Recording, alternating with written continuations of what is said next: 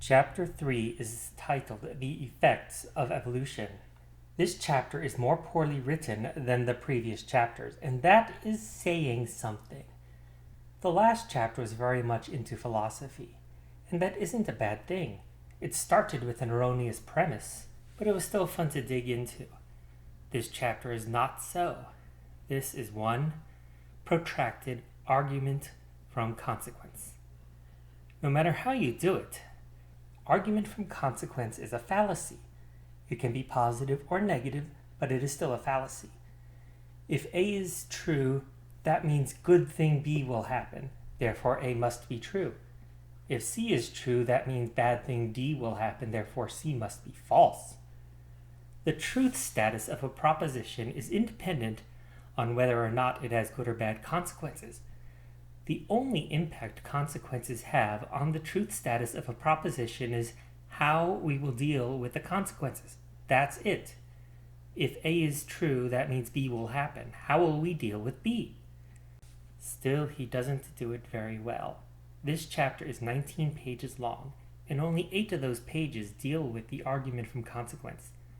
9 of those pages are a rehash of the previous chapter, where he tries once again to argue that evolution is a religion instead of science.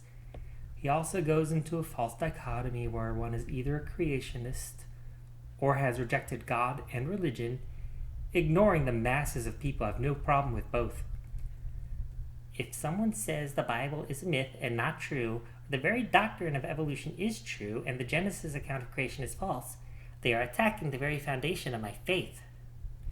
If your faith is so weak that you can't handle scientific facts, one could say you don't have faith at all. He also again makes the argument that those who reject his particular flavor of his religion do so out of a desire to be wicked. It has nothing to do with scientific facts, since he outright rejects those in his repeated assertions about evolution not being science. It must be for some other, more sinister reason. As another example of how well he composed this text, on our way through the rehash, we get to a page that in a PDF is page 66. He gives an inline citation, KJV gets title. And again on page 67, proofreading is important, especially in an academic paper. It is the very last line of page 67 where the actual argument that this chapter is supposed to be about actually begins. If we teach our kids in public school that they are merely animals, then they will act like animals. If we teach kids in school that they are creations of God, that God is their creator and will someday be their judge, we can expect their behavior to be different because of their basic philosophy. He can't even maintain a basic argument from consequence without including a false dichotomy. He then goes on to say that Hitler and Stalin both derived their views from the theory of evolution. Yes, Stalin was very much an atheist, but the Soviet Union was known for supporting Lamarckism evolution instead of Darwinian evolution. He equivocates between the theory of evolution and the unfortunately named belief in social Darwinism. He quotes Engels equivocating between the struggle between the species and the struggle between the classes. The philosophy of origins that a person chooses also has effects on many other decisions he or she makes. It is true that one's philosophy does have a direct effect on one's decisions. This is true about any philosophy, not just Origins philosophy, and Origins isn't a philosophy. He keeps on with the false dichotomy, evolution or creation. If you are a Christian who believes that evolution was the means by which God created the diversity of life, Mr. Hovind thinks you are not a Christian because you reject his particular narrow slice of Christianity. He also thinks that if you aren't a Christian, then you have no morals at all. Therefore, you're free to commit any act that he personally deems to be immoral.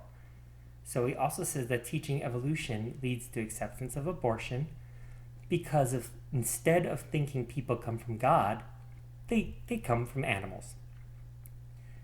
Now, allegedly, some very bad people have liked Darwin's writings. That is the fallacy of composition, whereby if some part of a group has a characteristic, therefore all the group had that characteristic, and also a hasty generalization fallacy and an association fallacy. After repeating his assertions that evolution is not science, he goes on to try to explain the negative impact it has on science. It is true that there have been declines in science education in the United States.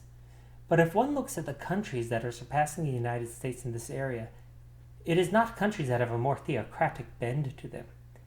If A, therefore B, not B, therefore not A. If teaching evolution depresses science, then the countries that teach it would lag behind in science. The countries that teach evolution in general are not lagging behind in science.